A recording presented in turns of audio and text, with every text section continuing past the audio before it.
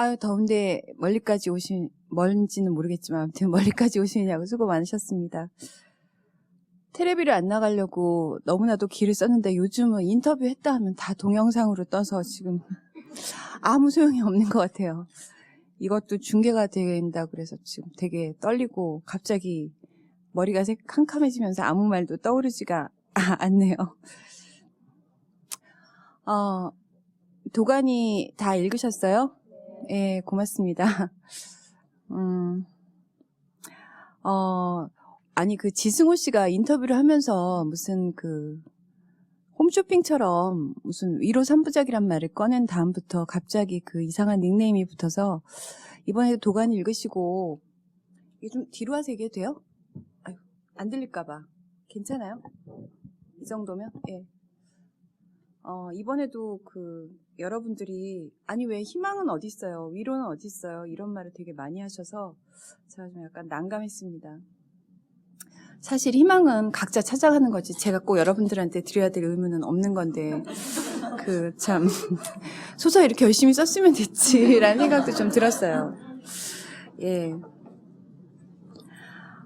제가 이제 가끔 이런 생각을 해요. 인간이 가지는 여러 가지 우리 본능들이 있어요.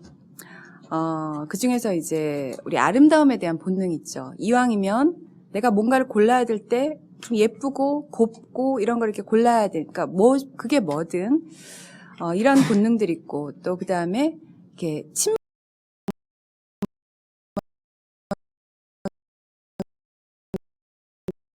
있고 또 인정받고 싶은 욕구 같은 것들도 굉장히 강해서 사실 인간의 본성하고 거의 이제는 떼어질 수가 없는 거죠. 마치 식욕, 성욕, 배설욕 이런 것처럼 우리들하고 굉장히 밀접하게 관계가 있는 것 같아요. 만약에 섬에 우리가 지금 요 상태대로 난파를 해서 우리가 여기서 영원히 살아가게 된다 하더라도 요 정도의 인원만으로도 우리는 충분히 여기서 수많은 이런 우리가 지금 제가 말씀드린 욕망들이 다양한 형태로 발현하는 것을 아마 볼 수가 있을 것 같아요.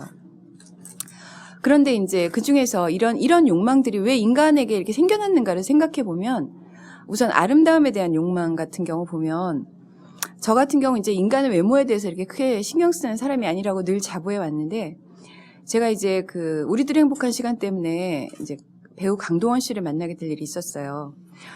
제가 거의 한 시간 동안 그 사람이 화장실에 가면 눈을 이렇게 아무튼 제가 그 사람에게서 눈을 떼지를 못하고 계속 왔다 갔다 내가 왜 이러지 하고 있다가 다시 정신이 멍해지면서 좀 이따 또 그 사람을 이렇게 계속 쳐다보고 있는 저의 어떤 그러니까 역시 이성보다 욕망이 훨씬 강하다는 것을 제가 그때 인정을 했죠. 그러면 생각해 봤어요. 왜 우리는 저렇게 잘생긴 사람을 보면 심지어 내가 지금 강동원이 온다는 소식을 듣고 우리 딸이 막 기뻐 날뛸 정도면 이 분명히 사익감인데 내가 왜 저 사람에게 이렇게 눈을 못 떼는 도대체 근본적인 이유가 뭘까? 내가 그렇다고 솔직히 데이트를 하고 싶다 이런 생각 전혀 없었어요. 물론 이것은 어디까지나 데이트를 안 신청하기 때문에 안 한다는 생각이겠지만 생각해 보니까 이제 우리가 화성 남자, 금성 여자도 얘기하고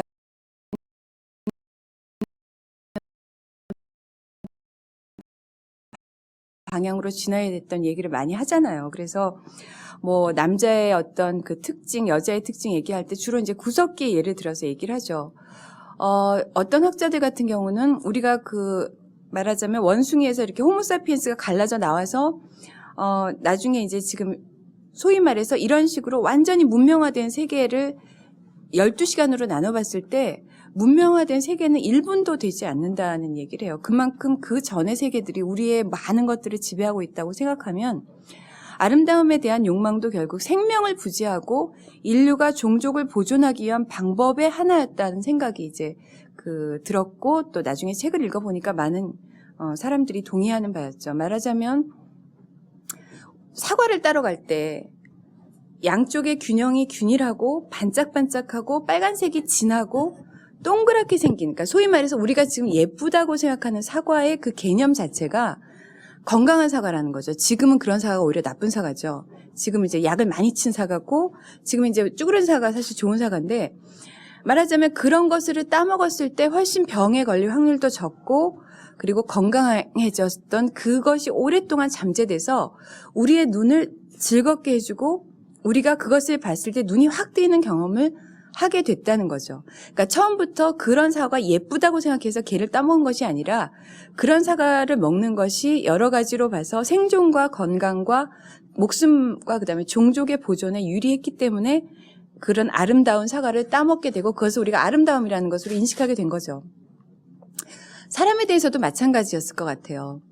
여자가 그러니까 이제 인간의 아름다움이 주로 이제 우리가 볼 때 이게 양쪽을 이렇게 똑바로 나눴을 때 대칭과 균형이 적절하게 이루어진 상태를 우리가 예쁘다고 한다고 보면 그 우리가 소위 예쁘다는 사람들의 이렇게 그걸 보면 굉장히 완벽한 대칭과 그 균형이 잘 이루어진 몸매를 갖고 있어요. 그것이 정말 처음부터 눈을 즐겁게 하기엔 아름다움이었을까?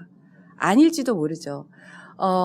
어깨가 떡 벌어지고 웬만하면 키가 좀 크고 근육이 발달하고 여자 같은 경우는 허리가 잘록하고 엉덩이나 가슴이 크고 균형이 잘 맞고 양눈이 똑바로 이렇게 돼 있는 쪽이 함께 말하자면 잠자리를 했을 때 병도 옮을 여러 가지 전염병이 옮을 염려도 없고 그리고 아이도 잘 낳고 하다못해 뭐 채집 생활이나 수렵도 더 잘해오는 것들이 자기도 모르게 선호하게 되어서 우리가 지금 그것을 그런 종류의 것들을 보면 눈이 번쩍 뜨이면서 즐겁고 가까이 하고 싶고 이것을 우리가 그러니까 잘못한 게 아니라 이제 우리가 그것을 다른 말로 아름다움, 예쁘다, 잘생겼다란 말로 하게 되었다는지도 모른다는 거죠. 그것이 처음이 아니라 소도 마찬가지잖아요. 그러니까 이왕이면 절룩이는 소나 이런 것보다는 크고 균형 잡히고 이런 소를 잡아먹었던 편이 그 소로부터 얻어야 됐던 여러 가지 영양소도 훨씬 더 잘 섭취할 수 있을 뿐 아니라 그 소로부터 혹시 있을지도 모르는 병을 옮지 않는 그 인류가 아무튼 살아남기 위한 방법이었다는 거죠. 아름다움 하나에 대해서만 생각해도 이것이 그러니까 결코 우리가 지금 무슨 미인대회에 나가서 혹은 뭐 탤런트 대회에 나가기 위한 것이 아니라 사실은 어떻게 하면 인류가 좀 더 잘 살아남을 수 있을까라는 측면에서 그런 욕구들이 개발되어 왔다는 것을 생각하면 다른 여러 가지 욕구들, 뭐 인정받고 싶은 욕구나 친밀감에 대한 욕구, 동아리를 이루고 싶은 욕구, 뭐 이런 여러 가지들도 충분히 이해가 되는 것 같아요. 그런데 그 중에 제가 참 이해되지 않는 것이 하나 있었는데 아이를 키우다 보니까 여러분들도 이제 키우거나 어린 시절을 생각해 보면 이제 말귀를 알아듣고 이제 말하자면 그림책이라도 좀 보거나 아니면 예전에 뭐 그림책도 없던 시절에 자랐을 때도 잠들 무렵이나 아니면은 심심할 때 엄마나 할머니나 아저씨가 해주는 이야기에 관한 욕구가 인간에게 있어요. 애들이라서 그런 게 아니라 잘 생각해 보면 우리의 무슨 신문이나 다큐멘터리 프로를 보면 그 아직도 뭐 구석기에 가깝거나 거의 옷도 입지 않고 문명이라고는 전혀 없는 그런 부족에 들어가는 문화인류학자들이나 탐험가들을 봐도 그 부족들이 공통적으로 하나 딱 가지고 있는 것이 문화가 있는데 여러 가지 문화가 있지만 그중에 가장 대표적인 것이 이야기를 갖고 있어요. 그것은 주로 이제 이 세계가 어떻게 생겨났다거나 우리 부족의 어떤 영웅들이 어떤 영웅스러운 일을 했다거나 아니면 다른 부족과 예전에 전쟁을 했는데 어떻게 사람을 죽여서 영웅이 됐다거나 아니면 한꺼번에 나가서 소를 뭐 5마리나 잡는 아주 힘센 사람이었다거나 하는 설화인데 이 이야기들의 또 특징 중에 하나는 현재의 사람의 이야기를 하지 않는다는 거예요. 머릿속으로 상상할 수밖에 없는 어떤 사람의 이야기를 갖고 있다는 거죠.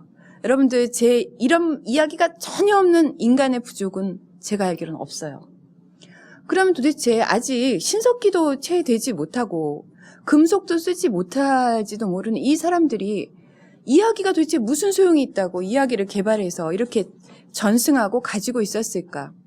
또 아이들은 왜 4살, 5살, 3살 무렵부터 엄마나 할머니를 보면 그렇게 얘기를 해달라고 쫄라대고 밤에 자다가 이제 저희 아이들 같은 경우는 같은 얘기 또 해도 좋다고 그러고 무서운 얘기하면 무섭다고 벌벌 떠길래 그만해? 그러면 여러분들 아시죠? 그만해 그럼 뭐라 그래요? 아니 또 해줘라고 붙들죠. 참 이상한 일이에요. 커서 논술 볼 것을 미리 연습하는 것도 아니고 그 아이들의 어떤 부분에 그 이야기가 필요한 거예요. 왜 필요할까? 라는 생각을 해봤죠.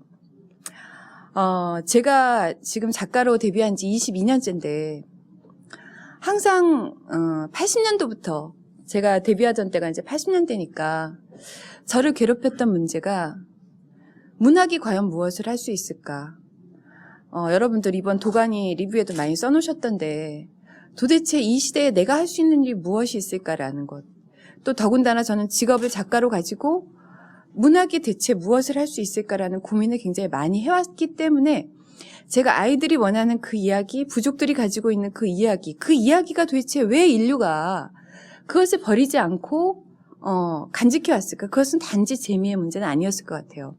재미로 치면 뭐 춤도 있고 많아요. 먹는 것도 있고 뭐 여러 가지 있는데 왜 그 고차원적인 이야기들을 꼭 간직했을까? 그리고 우리 아이들은 왜 밤마다 나에게 이야기를 해달라고 하고 많이 들을수록 좋아할까? 여러분들도 모두 다 엄마나 할머니나 그 사람들로부터 이야기를 들었던 어떤 기억들을 갖고 있을 거예요. 여러분들 중에 그리고 또 이상한 건 나는 우리 엄마나 할머니가 어렸을 때 너무 많은 이야기를 해줘서 난 정말 그때서부터 벌써 정신세계가 황폐해졌어. 이런 분 계세요? 없어요. 다 그것을 사랑으로 기억해요. 할머니나 엄마나 누가 아무리 무서운 얘기를 해줬어도 다 그 기억을 굉장히 사랑으로 갖고 있어요. 그것은 왜일까? 라는 생각을 하게 됐죠. 저희 애들 같은 경우는 제가 이제 나와서 귀찮으면 이제 늘 마지막에 이제 거의 이제 졸려서 눈 감고 해줬던 얘기가 이제 햇님 달림 이야기예요. 여러분들 햇님 달림 이야기 알죠? 엄마가 이제 그 떡 하나 잡아먹지 하고 제가 아이들한테 동화를 읽어주고 동화를 얘기하다가 제가 소스라치게 놀란 게 있는데 제가 어렸을 때 그토록 좋아했고 즐겨 듣고 소위 말해서 우리가 얘기하는 순진무구한 아이들한테 들려주는 전 세계의 동화는요. 무지무지 잔인해요. 여러분들 생각을 해보세요. 도가니는 될 게 아니에요. 여러분들 생각해보세요. 헨젤과 그레텔 그 애비가 정말 그런 학대하는 아비 있죠? 그 엄마, 새엄마 진짜 못됐죠? 거기다 그 마녀 생각해보세요. 막 서로 죽고 죽이고 싸움이 장난 아니에요. 심청은 뭐 아동학대전이고, 그 다음에 뭐 콩쥐팥쥐, 뭐 그것이 서양판 신데렐라라 하더라도 마찬가지예요. 그 다음에 제일 잔인판의 그 결정판은, 그거 뭐죠? 그 분홍신인가요? 정말, 성인소설에도 그렇게 잔인한 얘기는 별로 없어요. 이런 잔인한 얘기에는 저는 너무 놀라서 아이들한테 그걸 읽어줄 때마다 내가 과연 교육적으로 애한테 이걸 읽어줘야 되나? 거기에 물론 인어공주도 있어요. 인어공주도 이루 말할 수 없이 잔인하죠. 예, 녹화 때문에 잠깐 말을 끊을게요. 그런데도 어렸을 때 우리는 한 번도 그걸 잔인하다고 생각하지 않고 재밌다고 생각했어요. 왜 그럴까? 라는 생각을 하게 된 거죠. 그래서 이제 제가 이제 햇님 달림 얘기를 하려는 거예요. 햇님 달림도 잔인하기가 이루 말할 수가 없어요. 엽기도 아니고 정말 엽기의 엽기죠. 그것을 우리가 지금 만약에 사실적인 영화를 한번 찍는다고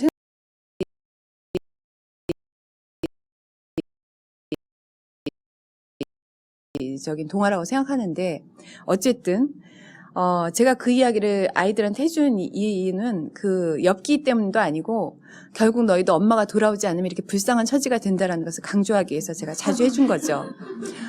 그런데 저희 아이들은 정말 그 이야기를 들으면 어릴 때 애가 순진무구 할수록 무서워서 엄마가 떡 하나 먹히고 팔 하나 잘려나갈 때마다 무서워서 눈에 공포가 가득한 채로 듣고 있으면서도 그만해? 그러면 아니 더 해줘라는 이야기를 한다고요. 더 해주죠.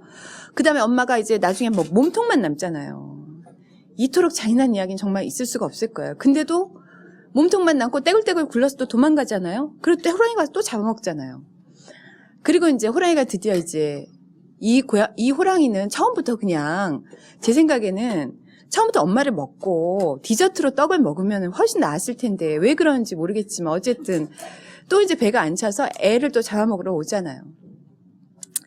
이제 어찌됐든 그 이야기를 할 때마다 저희 아이들은 가슴을 떨고 눈물을 글썽글썽 하면서 호랑이를 정말 나쁜 동물이라고 생각하고 엄마와 그 아이들을 불쌍히 여기면서 그 이야기를 듣죠.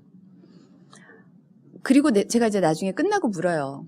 어떻게 생각하니? 그러면 정말 그 아이들이 나중에 햇님 달림으로 변해서 이것도 이제 이런 얘기를 하는 것도 아직 이제 컴퓨터 게임에 접속하기 전에 이제 좀 순수했을 때 얘기죠. 그러니까 그 아이들이 나중에 햇님 달림이 돼서 정말 다행이야 엄마 뭐 이렇게 얘기를 하죠.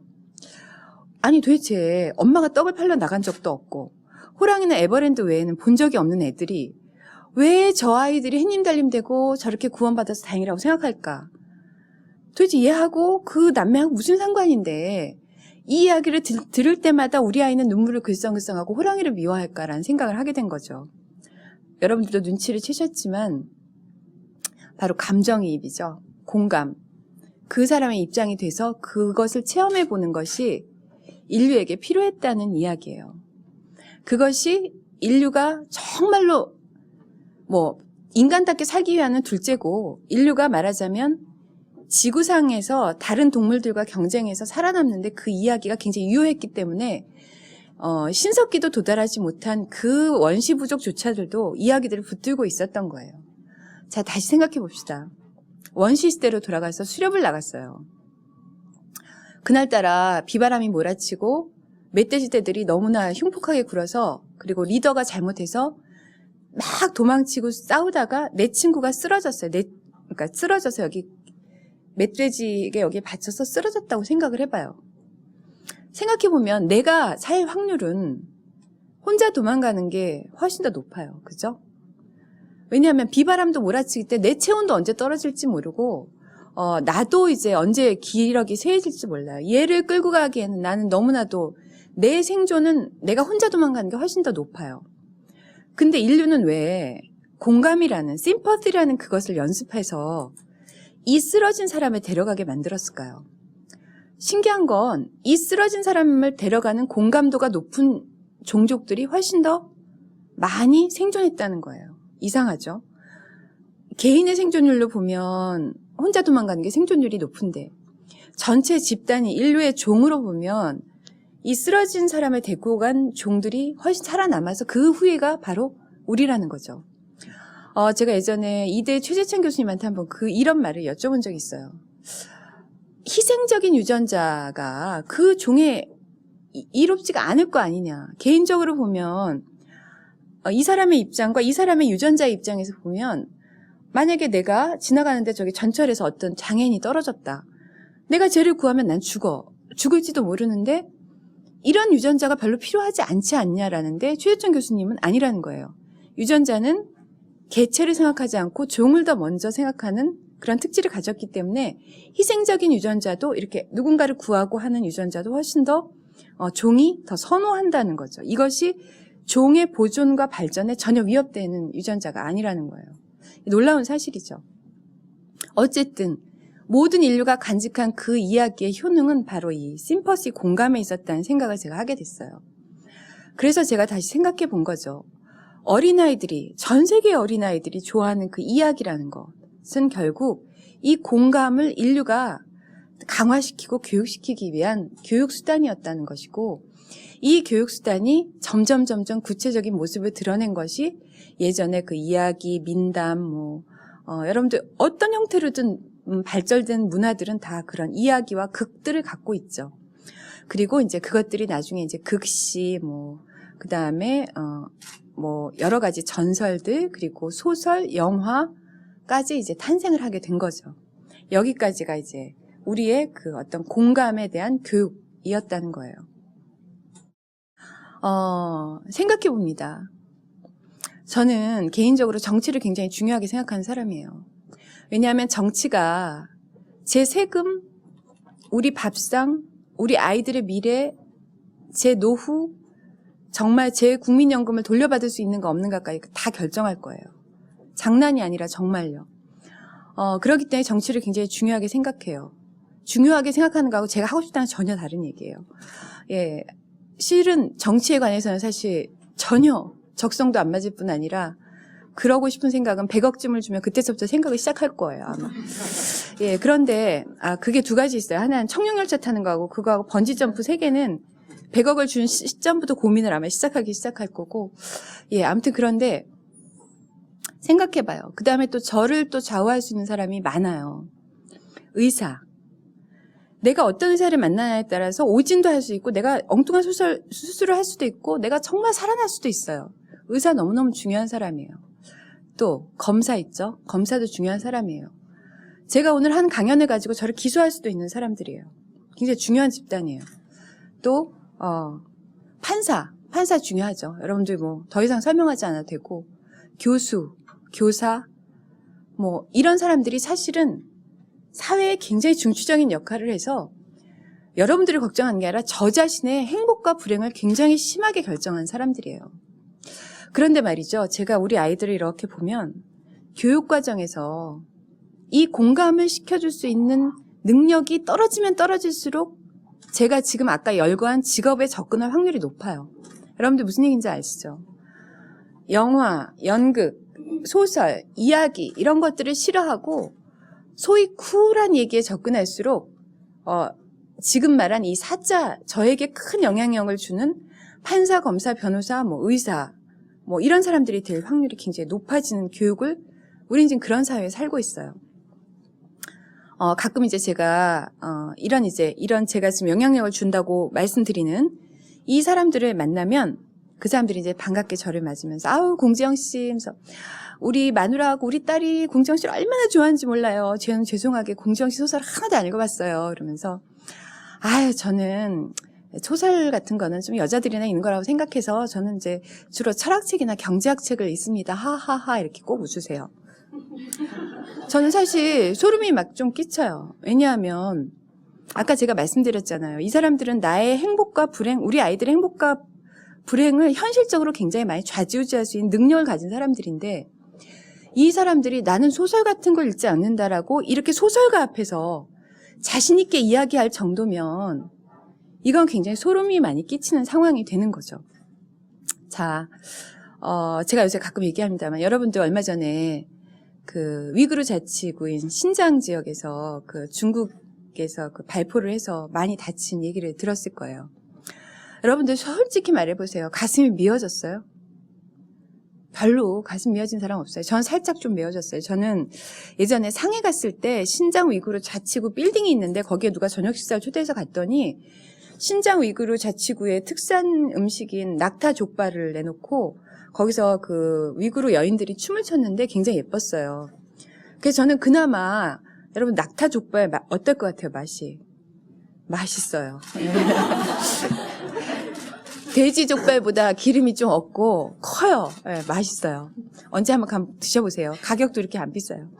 아무튼 저는 그래도 그나마 그거라도 먹어봤고 거기서 그게 이제 위구르 자치구 빌딩이었나 그랬기 때문에 설명을 막 들었어요. 그 관광객들을 위한 식당이었기 때문에 뭐 우리 위구르 자치구는 어떻게 하고 어떤 사람들로 이루어져 있고 소위 생목인이라고 그러죠. 그러니까 아랍 사람처럼 생긴 굉장히 예쁜 여자와 남자들이 나와서 젊은 처자들이 춤을 췄는데 춤도 되게 예뻤고 저는 그런 기억이 있었기 때문에 다른 뉴스보다 한 번 더 눈을 뒀어요.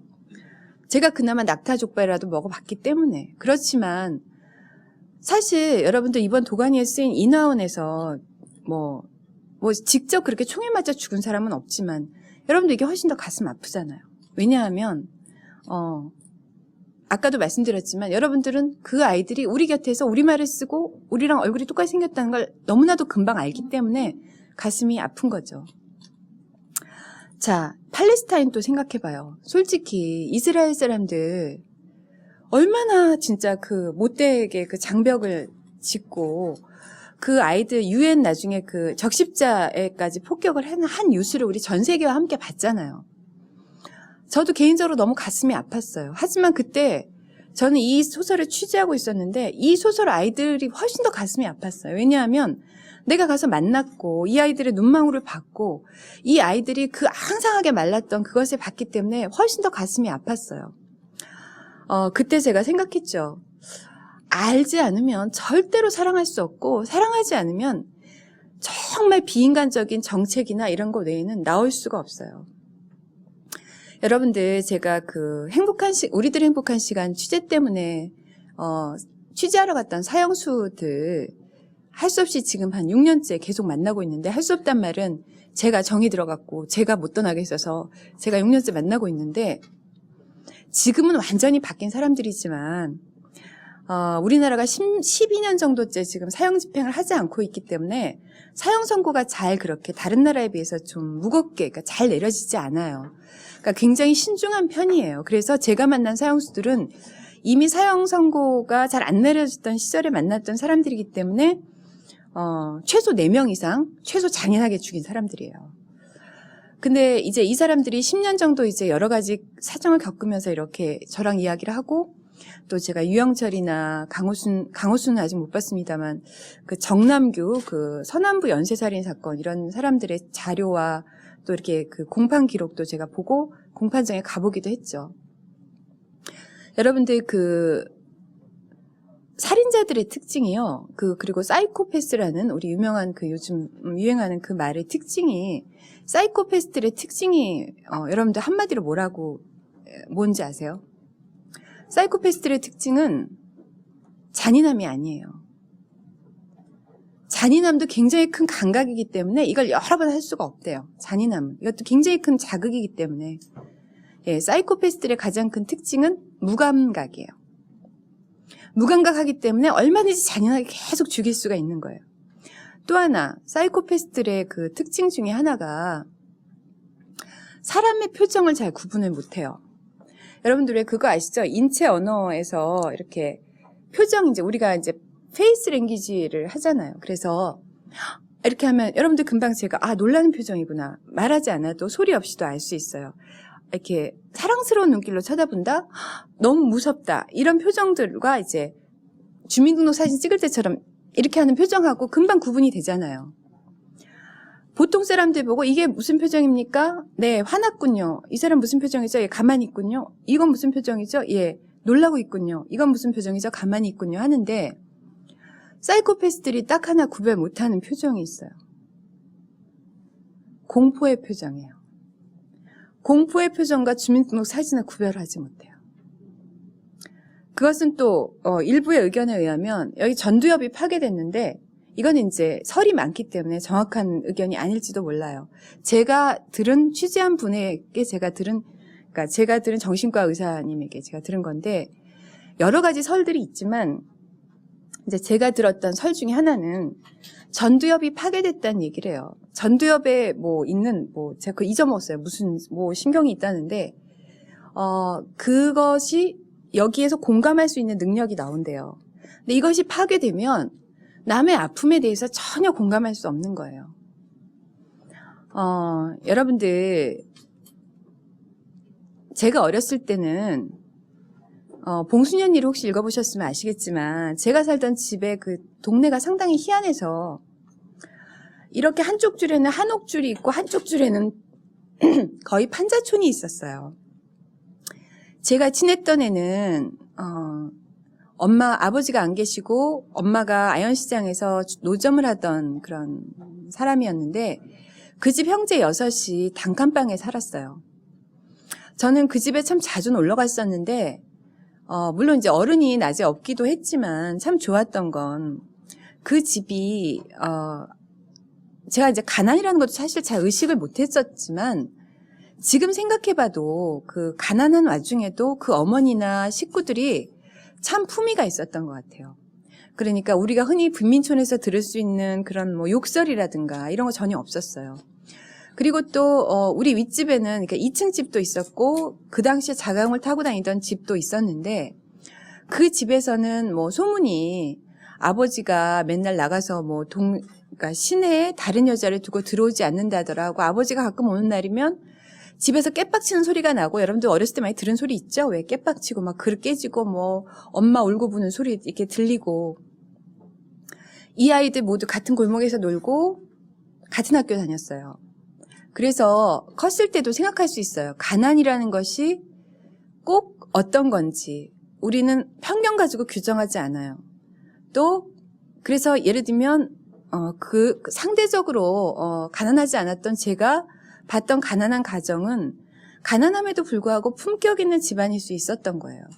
또 이 내 친구 아이가 봤던 저 2층 집의 아이는 아무리 2층 집에서 그 당시에 자가용 가지고 살지만 저렇게 엄마 아빠가 맨날 싸우고, 그런데 나중에 학교 와서 다음날 보면 시무룩하게 앉아서 운동장을 내다보고 있던 모습을 얘는 봤던 거예요.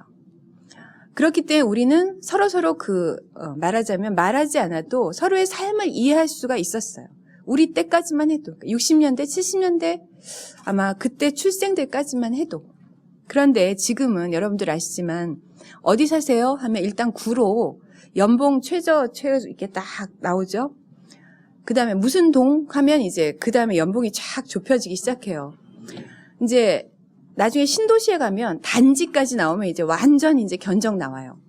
그래서 몇 단지에 무슨 아파트 하면 저 집은 대충 어떤 생활 수준 나와버려요. 단지들도 몰려있고 동네도 몰려있기 때문에 절대로 가난한 집 아이와 부잣집 아이는 평생 한 번도 얼굴을 본 적도 없고 텔레비에서 보여주는 모든 것이 걔들이 보는 것의 전부고 우범지대에 나오는 모든 사람들이 걔들이 생각하는 가난의 전부예요. 거꾸로 제가 구치소에서나 소년원에서 만나고 있는 그 아이들은 이런 말씀 드리면 또 혹시 소년원 출신들에게 너무 상처가 되지 않을까 모르지만 적어도 부자들은 너무나 행복하기 때문에 상처받아도 괜찮다는 생각을 갖고 있어요. 그렇기 때문에 말하자면 뭐 강호순이나 유영철이나 이런 사람들이 말도 안 되는 그 변명을 할 때 부자 상류층들에 대한 증오심이다 하면 온 세상이 그냥 가만히 있는 거예요. 물론 다 말이 안 되는 걸 알면서도 말하자면 소통의 완전한 부재로 우린 점점점 가고 있는 거죠. 앞으로 저는 사형제 폐지 운동에 여러분들 중에 또 여기서 댓글 달려갖고 니네 자식이 뭐 죽으면 어쩔 거냐 뭐 이런 댓글 달리겠지만 달지 마세요 그런 거.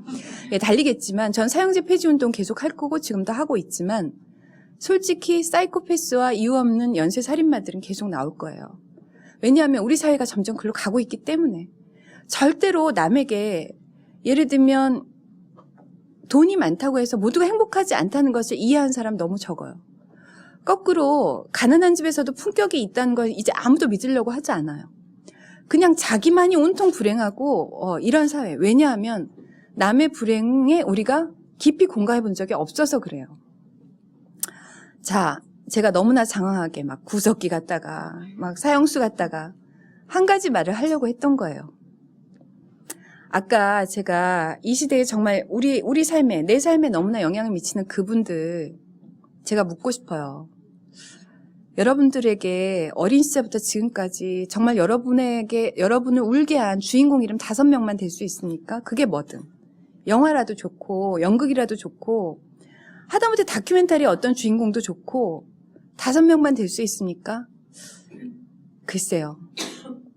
국회에 계신 분들, 청와대에 계신 분들, 법원에 계신 분들 정말 5명씩 다 될 수 있을까요?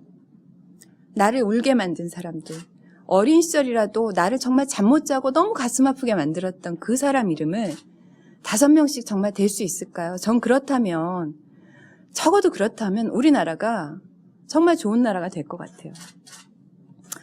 그런데 참 아이러니하게도 힘을 쓸 수 없는 사람들만 점점 책을 많이 읽고 점점 더 깊이 공감하고 소위 말해서 아까 제가 만난 우리 부인이랑 딸만 드라마 보고 펑펑 울어요.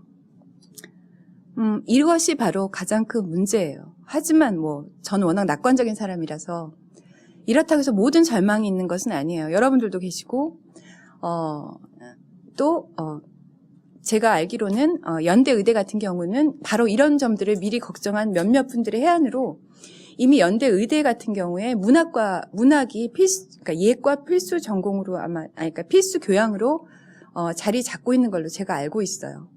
아마 제 생각에는 사법연수원이나 다른 모든 곳, 그러니까 그런 곳에도 문학 과목이나 예술 과목이 필히 설치돼야 된다고 생각해요. 이것은 나라의 그러니까 품질의 문제도 심각하게 영향을 앞으로 주는 걸 거고 우리가 나가야 되는 걸 거예요. 자, 이제 앞으로 좀 이따 질문을 받을 시간에 여러분들에게 필히 나온 질문 중에 하나 제가 먼저 마지막과 더불어서 할게요.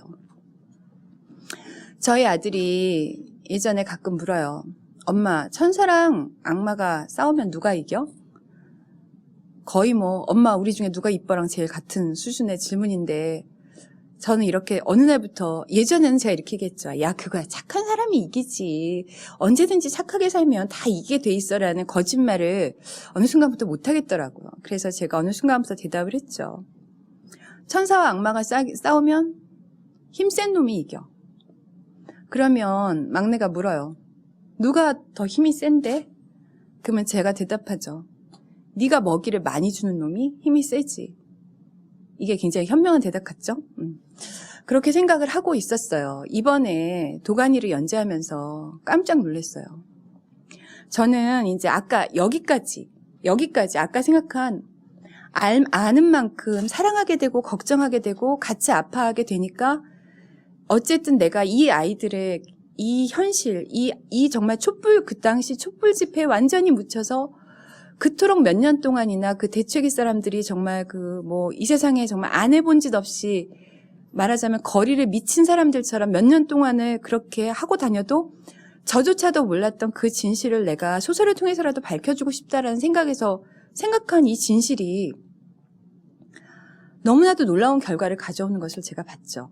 그러니까 우연히도, 저는 꼭 우연이라고 생각하진 않습니다만 우연히도 그것이 저의 인터넷 연재 첫 연재였고 또 그것이 영향력이 그리 없지 않는 다음이라는 포털에 연재가 되었고 또 누적 조회수 1100만을 제가 나눠보니까 별로 이렇게 많지는 않던데 어쨌든 1100만이라는 분이 클릭을 해서 그 사건을 알게 된 것이 그리고 여러분들이 달아주셨던 그 댓글 있잖아요. 저는 이제 인터뷰마다 여러분들이 그 댓글 달아주셔서 제가 얼마나 힘이 났는지 몰라요 라는 말을 계속하고 다녔고 그게 단 줄 알았어요. 근데 아니죠. 아니란 사실을 이번에 알게 됐는데 이번에 그곳에서 편지가 왔는데 그 아이들이 정말 놀라울 정도로 좋아졌다고 합니다. 그리고 대책위 분들도 제가 8월 28일 날 그 후원의 밤에 광주에 가서 만나기로 했지만 대책위 분들도 굉장히 많은 상처를 회복하신 것 같아요. 근데 그것이 제가 도가니를 써서 그것이 팔렸고 그래서 인하학원 사태가 이렇게 유명해졌다가 아니에요. 여러분들이 달아주신 댓글 때문이에요. 그러니까 울었다. 어떻게 이런 일이 있을 수가 있잖아요. 여러분들 다 각자 아실 거예요.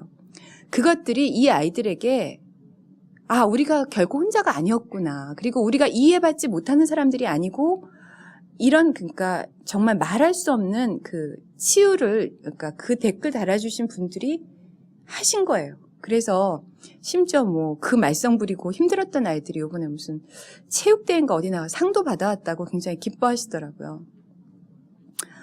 그것을 보면서 제가 여러분들이 자꾸 얘기하는 그 강인호의 마지막 장면을 제가 여러분들에게 다시 말씀드려요. 희망은 제가 늘 인터뷰마다 말씀드렸지만 강인호의 마지막 눈물에 있는 거죠. 잊지 않고 있다는 것. 아직도 생각하면 마음이 아프다는 것. 하지만 솔직히 우리 모두가 매일매일 의로운 일에 뛰어들어서 날마다 천막농성하고 날마다 삼보일배 하고 있을 수는 없어요. 사실 또 그래서도 안 되고. 하지만 우리가 할 수 있는 일이 있어요.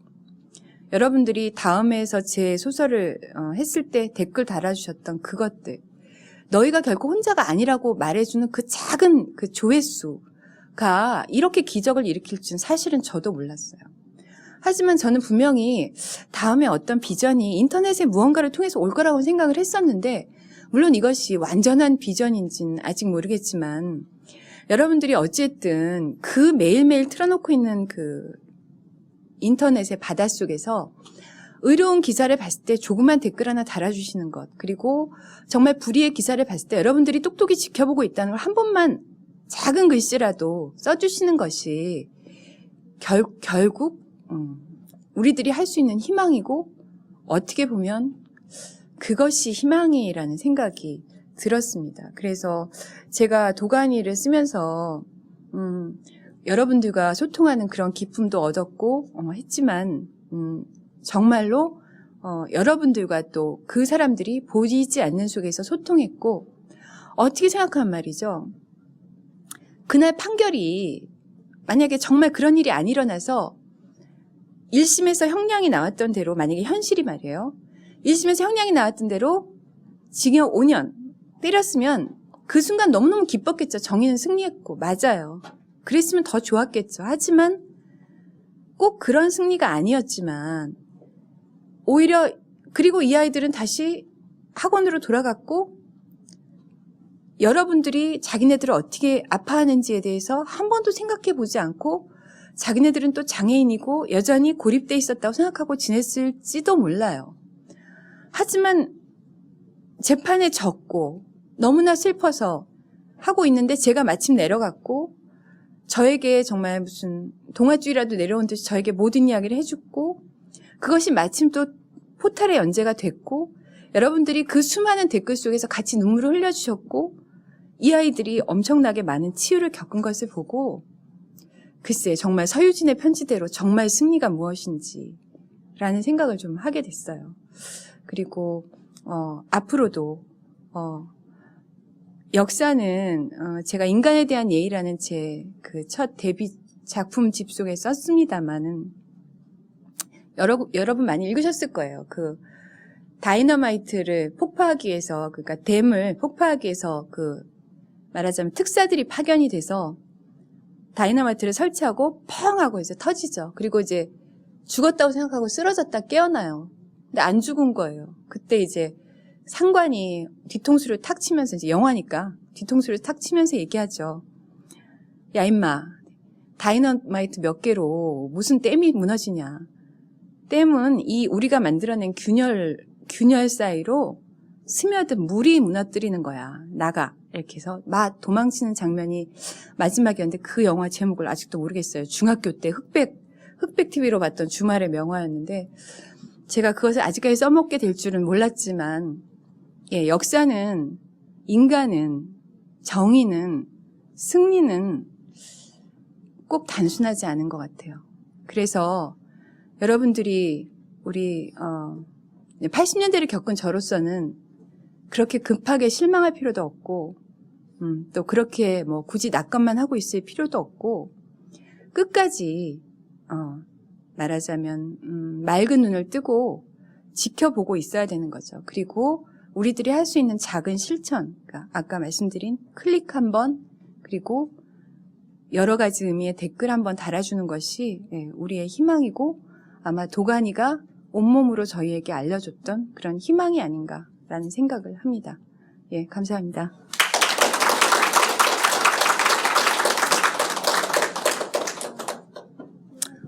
또 오바를 하고 말하네요. 예. 질문 받을게요. 손을 들어주시면 예.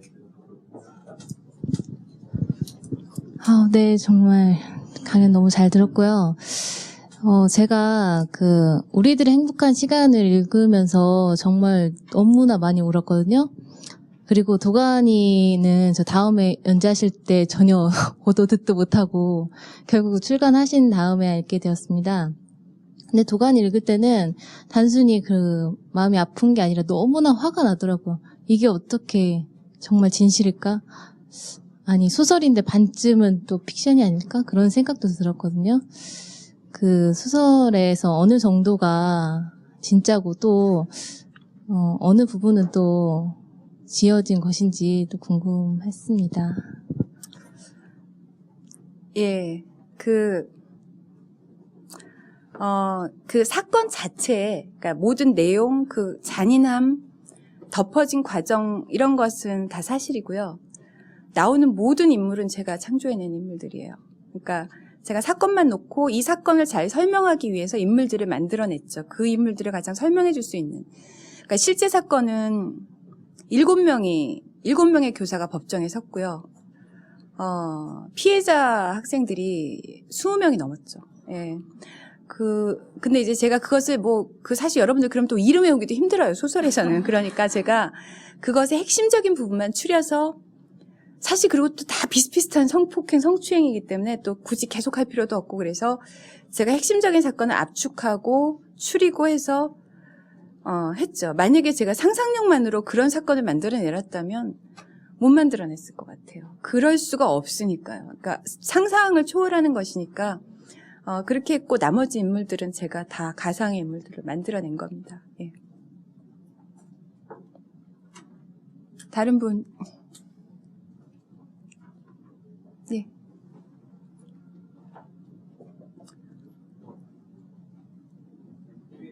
안녕하세요. 저는 광주에서 올라온 저는 특수교사를 하고 있는 남은경이라고 하는데요. 저도 이제 장애아를 가르치고 있으면서 굉장히 아이들한테 해주지 못해서 또 굉장히 제 심리적으로 제가 할 수 있는 열정과 또 이런저런 사회 그런 것 때문에 굉장히 힘들어해서 아픈 적도 있었고 그렇게 해서 제가 뭐 병가를 내고 이런 적도 있었다가 그 공지영 작가님의 소설을 이제 여러 가지를 이제 되게 마음에 와닿아가지고 이것저것 읽다가 또 한 번의 아픔을 겪고 또다시 읽고 이제 책과 연애에 빠지게 됐는데요. 그 사이에 공지영 작가님이 쓴 소설이라서 그냥 알라딘에 있어서 이렇게 장바구니에 넣어서 보게 됐는데 그리고 저는 불과 3년 전에 제가 특수학교에서 근무를 하면서 그 인하학교 사건으로 인해서 되게 힘들어했던 선생님들도 봤었고 거기에 제가 직접적으로 뛰지는 못했지만 서명하고 막 이렇게 후원하고 이런 정도였는데요. 지금 와서 제가 책을 읽고 생각을 해보면 제 어린 나이에 그 사건을 받아들일 수도 없었을 뿐만 아니라 좀 알고 싶지도 않았던 것 같아요. 차마 제 상황에서 지금만으로도 좀 벅차고 한데 또 열심히 하는 선생님들도 계시는데 그 선생님들이 같이 천막농성회 하자고 했고 이렇게 가자고 했을 때도 차마 갈 수가 없었던 것 같아요. 제가 그때의 심정을 지금 와서 생각을 해보면 제가 얼마 되지도 않았었고 근데 지금 이제 와서 우연치 않게 책을 폈는데 그냥 편 곳이 뭐 기간제 교사로 강인호가 어디를 가서 이런 내용이었어요. 특수교사가 돼서 무슨 그걸 한다고 그래 이제 뭐 부인은 이런 얘기였고 이게 무슨 특수교사 이런 얘기인가? 그러면서 그냥 도가니 살 때 그 리뷰만 보고 무슨 장애아들한테 소외해서 막 뭐 그런 얘기인가? 하고만 생각을 했었는데 제가 아껴뒀었거든요. 이 책을 나오면서 되게 여기 강의원에 오고 싶어가지고 계속 이렇게 댓글 남기고 마침 서울에 이제 이것저것 올 일이 있어서 이제 여기저기 오는데 우연히 마침 또 그래도 될 거라고 생각을 했어요. 그러면서 몇 번 했었고 이렇게 말씀을 듣고 제가 도가니를 아껴두었다가 엊그제 이렇게 읽으면서 뗄 수 없게 읽었는데요. 되게 저는 무서웠어요. 읽으면서. 처음 읽다가 나중에는 이 일이 어떻게 될까? 어떻게 전개가 될까? 하면서도 이 일이 정말로 그러면 일어났을까?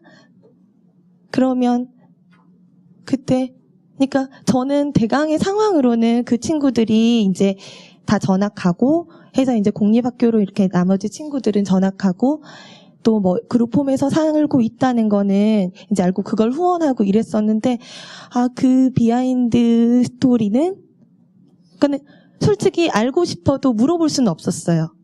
어느 누구에게도 차마.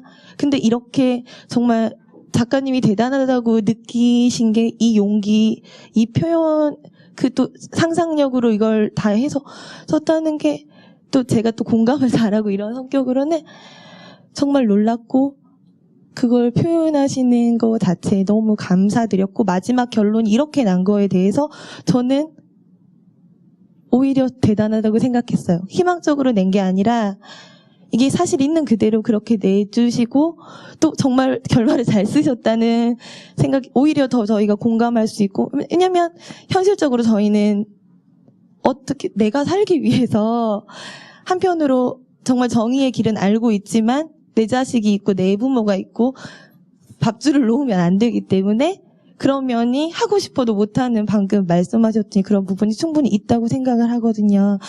그래서 정말 한번 뵙고 싶었고 이걸 어떻게 쓰셨을까 이거를 쓰기까지 얼마나 많은 고뇌와 또 기득권들의 그런 우선 악플들이나 이런 은근한 압박들도 엄청 많을 텐데 그런 이제 것들까지도 어떻게 보면 총대 메고 어떻게 보면 작가로서 이렇게 한다는 게, 예. 그래서 제가 질문보다 너무 감격동을 받아서 꼭 전하고 싶었고요. 작가님이, 이런 걸로 인해 혹시 압박을 받으시는 것도 있는지, 다른 곳에서. 그냥 그것도 궁금했습니다. 당연히 애들하고 시민사회에 그냥 저희 같은 평범한 사람한테는 감동적이에요. 이런 일이 있을 수 있는 눈물이 나는데, 혹시나 다른 곳에서 그런 것을 받고 있는지가 궁금해요. 예, 제가 요새 강연 갈 때마다 이런 질문 꼭 받거든요.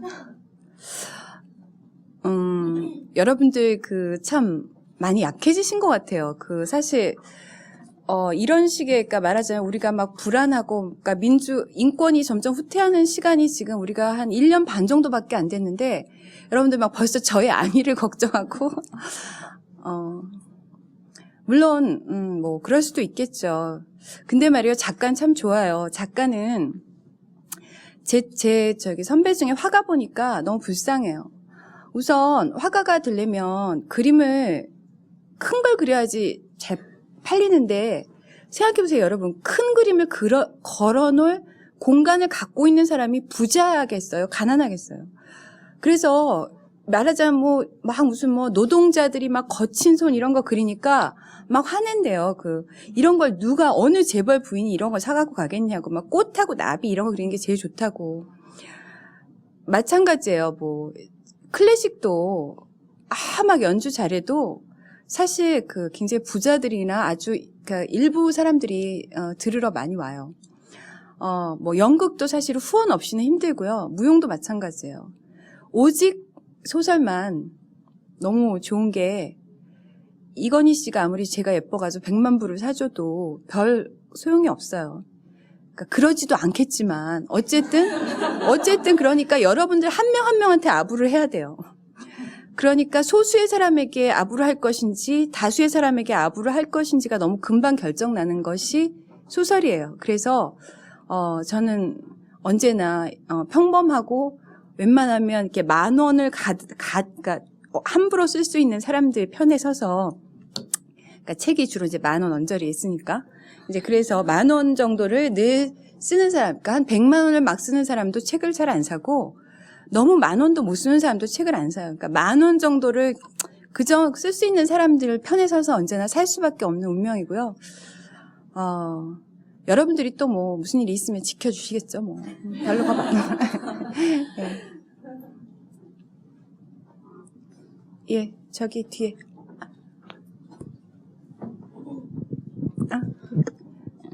안녕하세요. 저 오늘 선생님 뵈려고 부천에서 왔는데. 어디요? 부천이요. 부천이요? 예. 예. 제가 저 책을 읽을 때 딸이 엄마 이거 무슨 이야기야 물을까봐 겁났어. 예. 그래서 선생님 같으면 선생님 딸이 몇 살 때 저런 이야기를 읽어도 좋을까? 아이고. 제 딸은 제가 시키지 않아도 별의별 걸 다 읽고 있는 것 같고요. 저도 한글 깨자마자 5살부터 썬데이 서울 이런 거 다 읽어가지고, 그걸 꼭 몇 살부터. 괜찮아요. 저는 제가 주장하는 바가 있는데, 이 영상이나 이런 것은 차단을 해줘야 돼요. 왜냐하면 영상이나 이런 거는 감각에 직접 자극하기 때문에 막을 수가 없어요. 근데 그러니까 음악 같은 것도 그렇고요. 근데 특히 책은요, 활자로 된 것은 거기에 어떤 내용이 써있든지 우리의 이성의 필터를 통과해야 돼요. 왜냐하면 언어는 너무나 추상이기 때문에. 오감이 아니거든요, 언어는. 우리가 시각으로 보는 것 같지만 시각으로 보는 것은 부호일 뿐이고요. 언어라는 것은 우리 뇌에 들어와서 일단 재정립을 해서 여기서 그림이 그려져야 돼요. 개념이. 그렇기 때문에 활자로 된 것은 인간에게 결코 해를 그렇게 끼치지 못하는 것 같아요. 그래서 어떤 의미에서는 19세 이하만 가능한 무슨 서적들에 대해서 그렇게 단속 안 나오잖아요. 그 대신 영상이나 이런 것들은 단속을 해주는 게 맞는 거죠. 그런 의미에서 어차피 딸도 다 자기 인생 갈 거고 어머님 뵈니까 별로 어긋날 것 같지도 않으니까 그냥 편안하게 그냥 도가니 같은 거 이렇게 놓고 같이 읽으세요.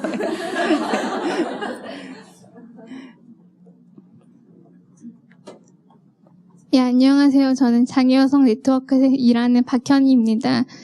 이건 질문은 아니고요. 제가 이제, 처음에 사고가 나고 한동안 그룹홈에 살았었거든요. 근데 그때 한 6개월 정도 살았는데, 인권 유린의 현장 속에 있었어요, 제가. 아니, 어디요? 광주요? 아니요, 그게 아니라, 예. 다른 그룹홈이요. 비인가 시설이었는데, 지적장애 아동들이 많았거든요. 근데, 구타하고, 먹이지 않고, 막 이러는 그 현장 속에서 막, 살다가 이제 못 견디고 나와서 집에서 살다가 지금 장애 운동을 시작한 지 2년쯤 됐어요. 근데, 도가니를 읽으면서 진짜 열심히 운동을 해서 막 이런 일을 방지하고 또 이런 일이 생기면 더 열심히 투쟁해야겠다 이런 기운을 얻었거든요. 그래서 감사드린다고 말씀드리고 싶었어요. 여러분 박수 한번 보내세요. 제가 정말 감사합니다.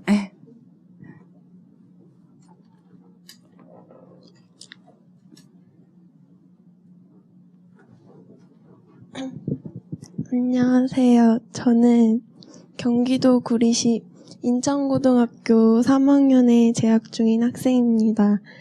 근데 여기 처음에 그냥 전 진짜 뵙고 싶어서 될 줄 모르고 그냥 썼는데 돼서 너무 좋은데요.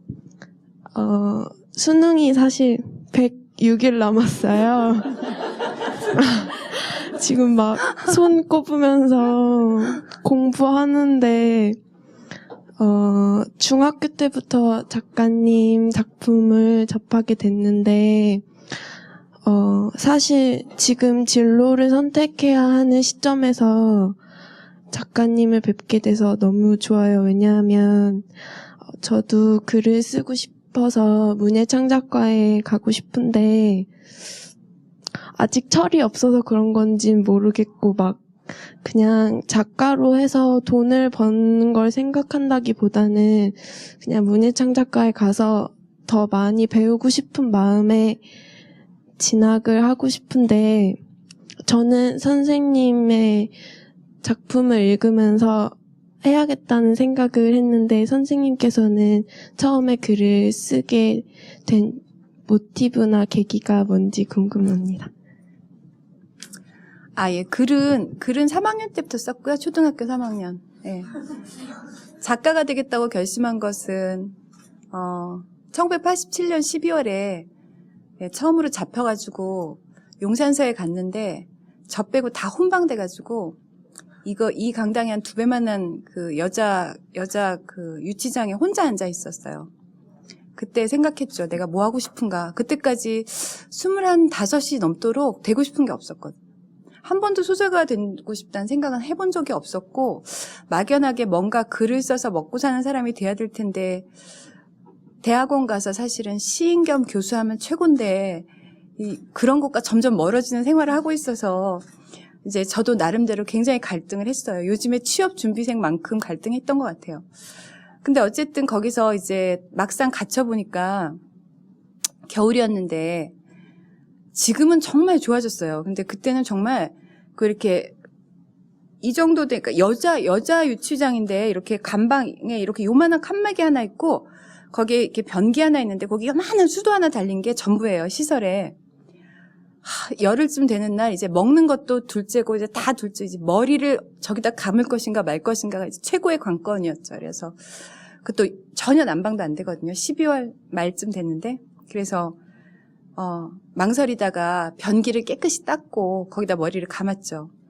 그리고 그 차가운 머리로 이렇게 생각하는데 내가 여기 나갔다가 그때가 이제 전두환하고 노태우가 막 이제 그 바톤 타치를 할 때였는데 노태우가 대통령이 된 걸 보니까 또 들어와야 되겠구나 생각을 했고 그때는 이제 그 대신이니까 이번에 나가면 이제 그때 내가 또 들어오면 죽을 수도 있겠다라는 각오를 해야 됐어요. 왜냐하면 그 당시가 막 박종철 고문치사 권인숙 양 성고문 사건이 막 있었던 시기라 여러분들 역사 공부 시켜주는 것 같다. 권인숙 성고문 사건이 뭔지 아세요? 예, 모르는 여러분들 위해서 얘기하면 여학생을 잡아다가 네 친구가 어디 있는지 불라고 그러면 안 불 거 아니에요. 그러면은 남자 형사가 성폭행을 하는 거예요. 그걸 성고문이라고 해요. 그리고 이것을 밝히는데도 도가니보다 더한 과정이 있었어요. 그 권인숙 씨가 저랑 동갑인데 여러분들 이제 권인숙 씨에 대한 책을 찾아보면 될 거예요. 근데 권인숙 씨가 이것을 처음으로 밝히자 그 당시 신문들이 대서특필했죠. 이제는 여학생의 성까지 도구로 내세우는 저 무서운 운동권. 도가니랑 굉장히 제가 괜히 잘 쓴 게 아니에요. 여러 가지로 이제 훈련을 많이 받았기 때문에 그런 건데. 그러니까 정말 성고문 당할 수도 있고 박종철처럼 고문받다 죽을 수도 있어요. 그리고 거긴 구속영장 같은 거 없었어요. 그래서 제가 생각했죠. 그 차가운 머리가 이제 그 자리에서 이렇게 얼어붙는데, 내가 이제 여기서 나가면 죽기 전에 꼭 한 가지 하고 싶은 거 하나만 하고 들어오자. 그러면 내가 다시 들어와도 괜찮을 것 같다라고 생각했는데, 가만히 이제 할 일도 없고, 수다 떨 사람도 없고, 먹을 것도 없고, 책도 없고, 그래서 가만히 면벽을 하고 있는데, 갑자기 너무너무 소설 한 편만 쓰고 죽고 싶은 거예요. 그래서 깜짝 놀랐죠. 내가 소설을 이토록 사랑하는 줄 정말 몰랐구나. 아니, 정말로 몰랐었어요. 그래서 제가 나가자마자 소설을 썼는데 이 소설을 낸 창작가 비평사에서 마침 신인을 공모하고 있었는데 제 전에 당선된 사람이 유시민 씨였어요. 그래서 제가 어쨌든 그날 하루에 거의 써가지고 냈는데 당선 통지가 왔더라고요. 그래서 제가 소설가가 됐고 여태까지 소설을 쓰고 있는데요. 어떤 얘기하다 뭐 거의 역사 얘기까지 했는데 중요한 건 문예창작가를 갖고 어디를 가도 좋은데 글 자체에 매달리면 안 돼요. 삶을 봐야 돼요. 그래야 글이 나와요. 그래야 좋은 글이 나오죠. 그러니까 말하자면 글 자체에 매달리면 예쁜 글들은 쓸 수 있지만 좋은 글을 쓰기는 힘들 수도 있으니까 너무나 젊잖아요. 그러니까 삶을 더 많이 체험하는데 그 자기를 투자하고 그리고 끊임없이 책을 손에서 놓지 마세요. 어떤 순간에도. 그렇게 하면 좋은 작가가 될 수 있을 거예요.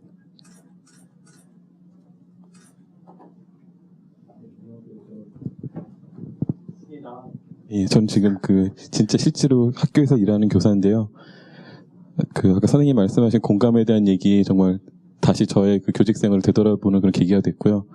다름이 아니라 선생님과 저의 차이는 그건 것 같아요. 저도 어떤 그런 나쁜 사건들을 보면 선생님 같은 경우 둘 다 분노를 느끼시는 것 같은데 저 같은 경우는 그 분노에서 더 나아가서 그 사람들을 보복해야 된다든지 극형에 처해야 된다든지 예를 들어서 그런 생각을 많이 하게 되거든요. 그런 형언할 수 없는 분노에 이렇게 휩싸이게 되는데 제가 궁금한 건 선생님도 그런 어떤 자극적으로 묘사된 기사 그런 사건들을 보면 분노를 느끼시는지 그리고 만약에 선생님이 그래도 사형폐지 운동도 하고 그러시는 걸 보면 굉장히 어떤 인간에 대한 보편적인 애정이 있으신 것 같은데 그걸 가정하고 계신 것 같은데 그런 어떤 분노를 인간적인 애정으로 변화시키는 어떤 비법이나 어떤 계기 같은 게 있으셨는지 그게 좀 궁금합니다. 예, 저는 이거 중계된다 해서 약간 거북하긴 하지만 저는 거의 그 자리에서 박살을 내요. 제가 그러니까 취직을 못하고 이렇게 작가가 된 게 좀 이해가 되시죠? 예. 보복 정도가 아니라 그냥 그 자리에서 이렇게 바로 있는 거 다 들어갖고 박살을 내는 걸로 유명한 사람이긴 하지만, 제가 바뀌게 된 건 그래봤자 아무 소용이 없다는 걸 알았기 때문이에요. 그러니까, 물론 이제 가끔 그런 게 소용이 있을 때도 있는데, 하다못해 아이들한테도요, 그게 별로 소용이 없어요. 근데 이제 문제는 제가 지향하는 참아주고 기다려주고 회개하기를 기다리고 다 같이 인내하고 이게 굉장히 느리다는 거죠. 그리고 분명히 구별돼야 되는 것은 전체적인 방향은 선도하고 예를 들면 그러니까 화해하고 이런 방향으로 나가야 되지만 화해하기 위해서는 반드시 갈라섬이 있어야 돼요. 그러니까 반드시 구별을 지어야 되고 용서하기 위해서는 반드시 단죄가 있어야 되고 이런 것들이 저는 이런 것들을 두루뭉술이하게 처리하는 것에 대해서는 거의 아주 길길이 날뛰어요. 그리고 작가라는 것은 아마도 공감의 형벌을 이미 받은 사람들이라서 아까도 여기 분이 그때 인하학교 피하고 싶었고 싫었다고 하지만 전 절대로 안 보는 텔레비 프로그램이 병원 24시인가 그거 절대로 안 봐요. 그거 보면 제가 잠을 못 자기 때문에 제 신상을 위해서 절대로 안 보고 어쨌든 그러니까 TV나 신문 같은 거 보면 많이 들끓고 힘들죠. 하지만 전체적인 방향, 그리고 특히 어린아이들, 청소년들은 어쨌든 큰 화해의 방향으로 나가야 되고요. 제가 제일 싫어하는, 예를 들면 제가 제일 싫어하는 친구들이 모든 사람에게 다 좋은 사람이란 말을 듣는 사람을 제가 제일 싫어해요. 이 세상에 모든 사람에게 좋은 사람이란 말을 듣는 사람처럼 나쁜 사람이 없는 것 같아요. 진짜 좋은 사람은 좋은 사람에게 좋다는 말을 듣고 이렇게 여기 말 잠깐 정지되는 사람들에게 나쁜 사람이란 말을 듣는 사람이 제일 좋은 사람인 것 같다는 생각을 하고 있어요. 그리고 아마도 그리고 더 만약에 계기가 혹시 있다면 오래된 이야기지만 예수가 예수의 제자들이 여러분도 아시겠지만 거의 다 독립당원들이었잖아요. 그러니까 유대를 로마의 제압으로부터 독립시키기 위한 그런 사람들을 데리고 예수가 결국 한 일은 자기가 죽는 일이었거든요. 이것이 굉장히 큰 상징을 주는 것 같아요. 그리고 결국 예수의 제자들이 로마를 점령하거든요. 결국 로마를 점령하게 되는 사건이 300년 전에 걸쳐서 일어나지만 그런 것들을 보면서 결국 인류의 선각자들이 하다 안 되고 가장 좋은 방법은 결국 그러니까 화해하고 사랑하는 방법이라는 것을 알았다는 생각을 하게 됐죠. 하지만 아직도 저는 이렇게 그 경지에까지는 못 가서 매우 저도 사형 폐지 운동은 합니다마는 입으로는 끝없이 저런 사람들은 죽여야 되는 거 아니야? 뭐 이런 소리는 합니다. 근데 말을 하는 거하고 실제로 죽이는 거하고는 다른 거예요. 예. 왜 우리 그런 얘기 하잖아요. 콩나물에 뭐 농약 넣었다 그러면 저런 놈들은 가서 콩나물 그것만 먹여야 돼라는 말을 하지. 여러분들 근데 막상 정말로 그런 형벌 때문에 그 사람이 콩나물 농약 든 콩나물 감옥에서 매일매일 그거 먹고 있는 거 텔레비로 딱 비추잖아요. 여러분들 막 또 인터넷에 저 너무 가혹하다 막 이렇게 분명히 할 거예요. 그러니까 말을 그렇게 하는 것과 하는 것은 달라요. 두 분만 더 하겠습니다.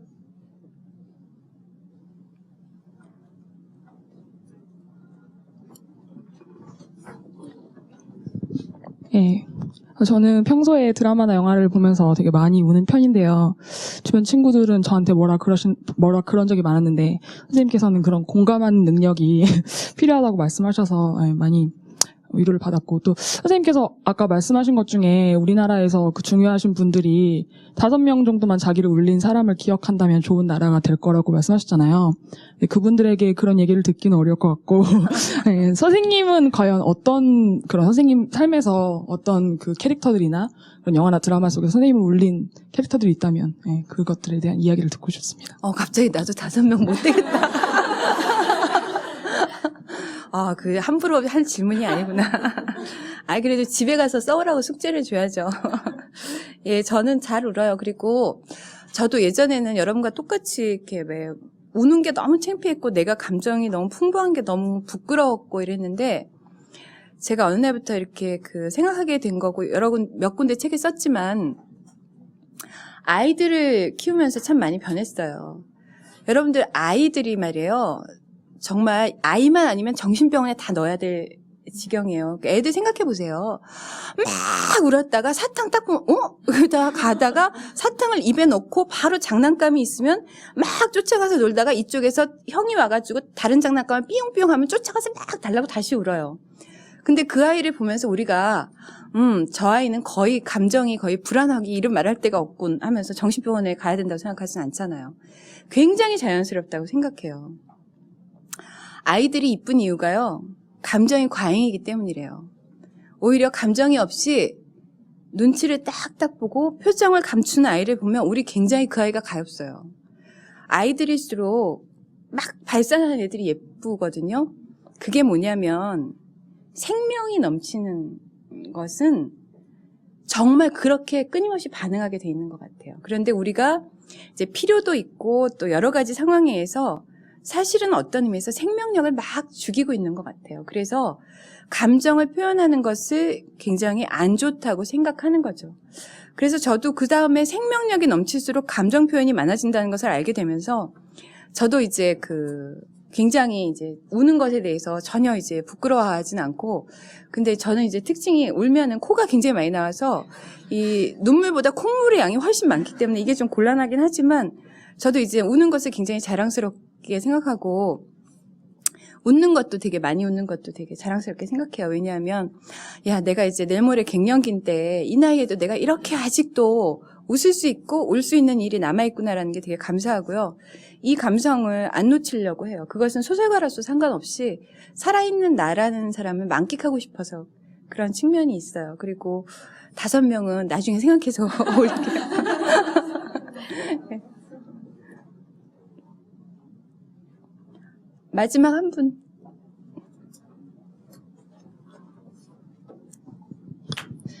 안녕하세요. 작년에도 공장 작가님 강연에 한번 가고 또 우연히 올해 또 운이 좋아서 이렇게 왔는데요. 오늘은 이렇게 기왕이면 관련된 책을 얘기하면서 하면 좋은데 제가 공 작가님 결정적으로 좋아하게 된 계기가 빗방울 속에서 나는 빗방울처럼. 네. 빗방울처럼 네. 혼자 울었다였나? 그 책을 보고 나는 혼자였다. 네, 그 책을 보고 굉장히 제가 책을 좀 많이 써서 그래요. 그 책을 읽고 나서 공 작가님을 굉장히 많이 좋아하게 됐어요. 제가 그때가 20대 중반이었고 가장 마음이 불안정한 시기였었고 또 그래서 한때는 안 좋은 생각을 하고 이렇게 본의 아니게 실천도 해서 부모님 마음에 이제 스크래치를 낸 적도 있었는데요. 그 책 읽고 나서 특정 부분에 이렇게 조카분께서 그런 일이 있었고 그리고 그 뒤에 그 조카분에게 전화통화로 네가 왜 죽냐고 하면서 제발 살아만 있어달라고 그 얘기를 이렇게 글을 적어놓으신 게 있었는데 그거 보면서 그래도 살아만 있어도 괜찮겠구나라는 생각을 했어요. 내가 무엇을 하든 간 그리고 내가 어떤 사람들에게 기대에 미치지 못하더라도 있는 것만으로도 괜찮겠구나라는 생각을 그 책 통해서 처음으로 깨달았거든요. 근데 요즘 많이 이렇게 굉장히 우리나라 자살률이 세계에서 손꼽을 정도고 또 주변에서도 입에 어떠면 죽어야겠다 뭐 이런 식으로 입에 거의 뱉다는 생각이 들 정도로 그런 말을 많이 하는데 그런 분들에게 이렇게 제가 가졌던 그런 것처럼 이렇게 살아야겠다라는 그런 말 한마디 해주셨으면 합니다.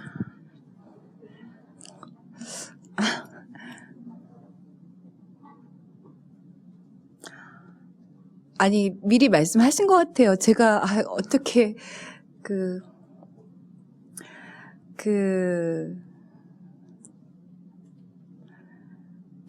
당연히 살아야죠. 예. 왜냐하면, 아까도 제가 말씀드렸잖아요. 판결이 만약에 우리가 원하는 정의의 방향으로 났었으면 좋았겠지만, 또 반대로 났기 때문에 우리가 또 가질 수 있는 많은 것들이 있었기 때문에, 그러니까 사회를 비판하고 뭐 이러기 전에, 자기 자신이 쓸모없다 해서 쓸모라는 것은 도대체 누가 결정하는 건지를 좀 생각해 봤으면 좋겠어요. 여러분들 생각해 봐요. 악어 보호구역이 있다고 쳐봐요. 악어가 뭐 그렇게 이뻐가지고 보호를 해요? 아니, 악어가 이뻐서 보호하는 사람이 있겠어요? 그리고 멸종동물 어쨌든 보호하는데, 예를 들면 무슨 저번에 다큐멘터리 보니까 큰 뱀, 사람도 잡아먹을 수 있는 뱀도 보호하더라고요. 솔직히 그 뱀은 놔두면 만약에 번식을 한다면 사람을 잡아먹을 수 있는 확률도 있는, 말하자면 사람에게 해로운 동물이에요. 악어도 마찬가지고. 그런데 보호를 해요. 왜 그럴까요? 생명 자체는 우리의 영역이 아니기 때문에 그래요. 왜냐하면, 저는 이 말이 신앙적이라고 생각하지 않아요. 그러니까 그리스도교 이전에도 무수한 사람들이 이런 생각을 가졌는데 생명이라는 것은 정말 하늘에서 받은, 그러니까 인간이 터치할 수 없는 너무나도 천부적인 것이고, 그것의 쓸모 안 쓸모를 만약에 판단하는 인간이 있다면 그런 사람부터 사실은 좀 어떻게 좀 하는 것이 차라리 맞을까 싶어요. 그래서 여러분들 왜 저도 반성한 적이 있었는데, 왜 누가 이렇게 큰 사고를 당했다거나 엄청난 장애인이 태어났을 때 우리 흔히들 이런 말 해요. 아예 차라리 죽는 게 낫겠다. 이런 말 저도 몇 번 하다가 제가 지금은 좀 매스컴에 잘 나오지 않는데 여러분들 구원이라는 친구 아실 거예요. 오체가 다 없죠. 그러니까 목만 있고 사지가 없는 친구 이야기를 제가 예전에 보고 제가 정말 그때 가슴 아프게 반성을 한 적이 있었는데, 그 친구도 굉장히 행복하게 살거든요. 예. 그런 의미에서 차라리 죽는다는 말은 하지 말아야 돼요. 왜냐하면 우리가 영원히 산다면 그런 말을 할 수 있지만 우리 모두 어차피 죽거든요. 그래서 잘했고요. 참고적으로 제 조카는 지금 좋은 회사에 취직해서 옛날 일을 말끔히 잊고 아주 잘 살고 있어요. 예. 저 때문은 아니고 그냥 그랬던 것 같아요. 예. 이후의 과정들에 대해서 궁금해하시는 분들도 계실 텐데요. 아까 이야기 중에 잠깐 언급을 해주시긴 했는데 아이들하고의 만남 자리에 대한 예. 8월 28일 날 광주에서 홀더 후원의 밤이 열려요. 제가 장소는 잘 모르겠고요. 어쨌든 8월 28일 다 비워두긴 했는데 가야 되는데, 여러분들 혹시 이거 동영상이나 보시거나 하면 제가 거기 댓글에다 같이 후원할 수 있는 계좌 올려놓을 테니까요. 조금이라도 좀 도와주시면, 아니면 안 되는 분은 글이라도 좀 써주시면 굉장히 힘이 많이 될 것 같고요. 어쨌든 키도 요새 엄청 크고 있고 말썽도 많이 부리고 있고 그리고 잘 자라고 있다고 합니다. 다만 안타까운 것은 그분들이 계속 주장하는, 그러니까 공립시설의 여기 교사분들은 아실 거예요. 공립장애인 학교가 건립되지 않아서 아직도 일반 학교의 특수학급에서 거의 아이들이 이렇게, 그러니까 제대로 된 교육은 거의 못 받는 거죠. 예, 그렇게 하고 있는 것이 좀 안타깝다고 하는데, 저도 이번에 또 내려가고 또 여러분들에게 혹시 기회가 닿으면 창비 게시판이나 또 이런 게시판들을 통해서 제가 뒷얘기를 좀 알려드릴 수 있으면 좋을 것 같아요. 창비 게시판으로 들어오시면 해당되는 내용들은 저희가 또 올려드릴 테니 참조하셔서 도움이 되셨으면 합니다. 저희가 이제 한 4번 정도 독자와의 만남을 했는데요. 오늘 자리처럼 이렇게 좀 감정적인 울림이 또 강한 또 자리는 또 처음인 것 같습니다.